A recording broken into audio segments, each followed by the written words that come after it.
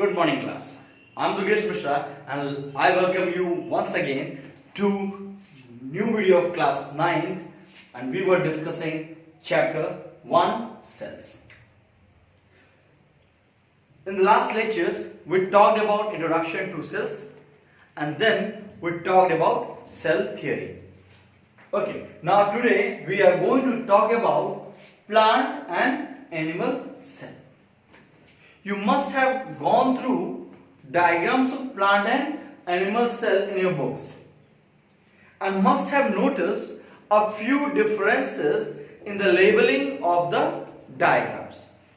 Some of the components were present in plant cell while absent in animal cell, or vice versa. And depending upon these things, we differentiate a plant cell from an animal cell. Basically friends, depending upon the origin of cell, cells can be divided into two types. One is a plant cell and the other is the animal cell. Plant cells are those which are found in plants, and animal cells are those which are found in animals. This is a simple characterization of plant and animal cell. But when we go into the structure of these cells, we find there are many other differences between plant and animal cell, and these differences basically exist because of the nature, the origin and the functionality of the cells. The function, the structure depending upon the function of plant cell is quite different from that of animal cell.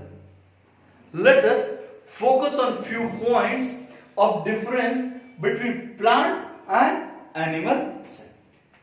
So for the differentiation between plant and animal cell, I have marked a few points on which we are going to talk about the differences. So the first point is cell wall, second would be shape, third would be the vacuole, fourth would be the nucleus, and fifth would be the plastids. So let me tell you about these 5 components.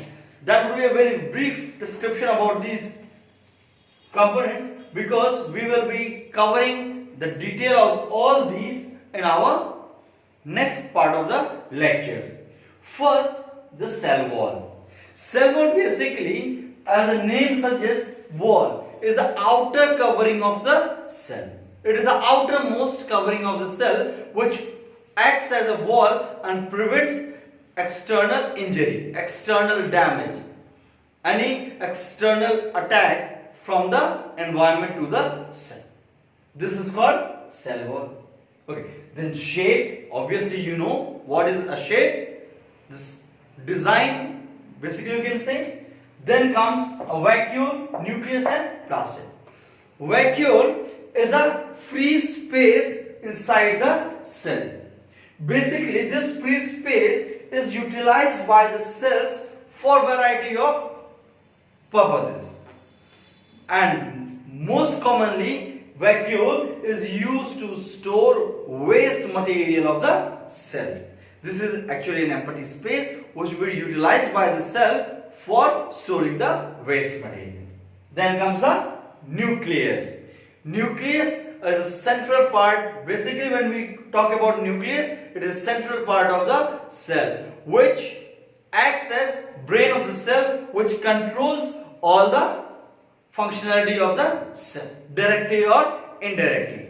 Nucleus is the one which bears or consists of the genetic material of the cell or the organism. And then last topic or last characteristic which we will talk about is plastid, which is a cell organelle, that is small component of the cell. Basically this is the one which consists of chlorophyll. This means this is the one which consists chlorophyll for the purpose of photosynthesis.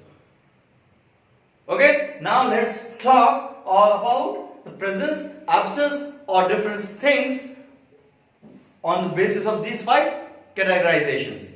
Okay, now let us start. We'll see cell wall. Cell wall is present in plant cell but it is absent in animal cell. Okay, so first point is clear, I guess. Present in plant cell, absent in animal cell. This means the plant cell basically bears 2 outer membranes, cell wall and plasma membrane, while animal cell has only plasma membrane, it lacks cell wall. Second, shape. Though we cannot determine the shape on this basis, but while drawing a general diagram of cells, what we do, plant cell is represented by a rectangular cell, while animal cell is denoted by a oval cell. But you can see a few objections to this oval shape. When you talk about nerve cell, it's not oval. When you talk about muscle cell, it's not oval. But here we talk about general structure of plant and animal cell, and this is rectangular and this is oval. Then about vacuole. Plant cell consists of one large vacuole. It has one large vacuole, while vacuole is basically absent in animal cell, because animal cells most of the time they have a proper mechanism of excretion of waste material, while plant cells do not have a proper mechanism of excretion, and that's why it bears a large space from which waste material will be accumulated, while animals have a proper mechanism of disposing the waste material, and that's why it's basically absent in animal cell. But a few cells may be where we see small granular structures of vacuole may be present, but that would be one of 2 small granular structures. But in case of plant cell, it will be a single and large in structure.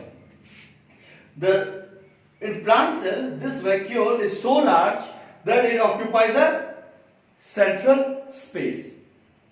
But in animal cells, it is absent, or if present, it will be found scattered at the periphery of the cell. Then comes nucleus. If we talk about nucleus, it is present in both the cases.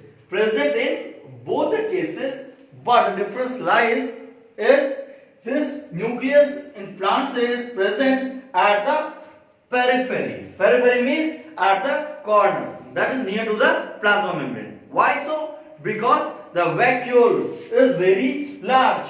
Vacuole is so large that it pushes the nucleus to the corner of the cell, near to the plasma membrane. But in case of animal cell, it's not so. And that's why it is present centrally. It is located centrally in the animal cell. Then talking about the last point, plastids. Plastids are present only in plant cell, because plant cells are the one which will perform photosynthesis after utilizing chlorophyll. No chlorophyll is needed for animal cell, because animal cells cannot prepare their own food. They do not perform the activity of photosynthesis, and that is why plastid is present only in plant and not in animals. Okay, so for a review, we have cell wall present in plant cell and absent in animal cell. Shape rectangular and oval. Vacuole would be large and will be centrally located, will be absent, and if present, it will be granular in structure. 1 or 2 granules will be found, but at maybe scattered somewhere in the cytoplasm. The nucleus, it is present in both the cases, but in case of plant cell, the nucleus is small and shifted to the periphery, and in case of animal cell, it is present at central location. Plastid present in plant cell and absent in animal cell. For more classification, you can go through the diagram of the plant and animal cell in your book. And the next class, we will be discussing about prokaryotic and eukaryotic cell. Till then, make a note of these things and continue your classes. Thank you.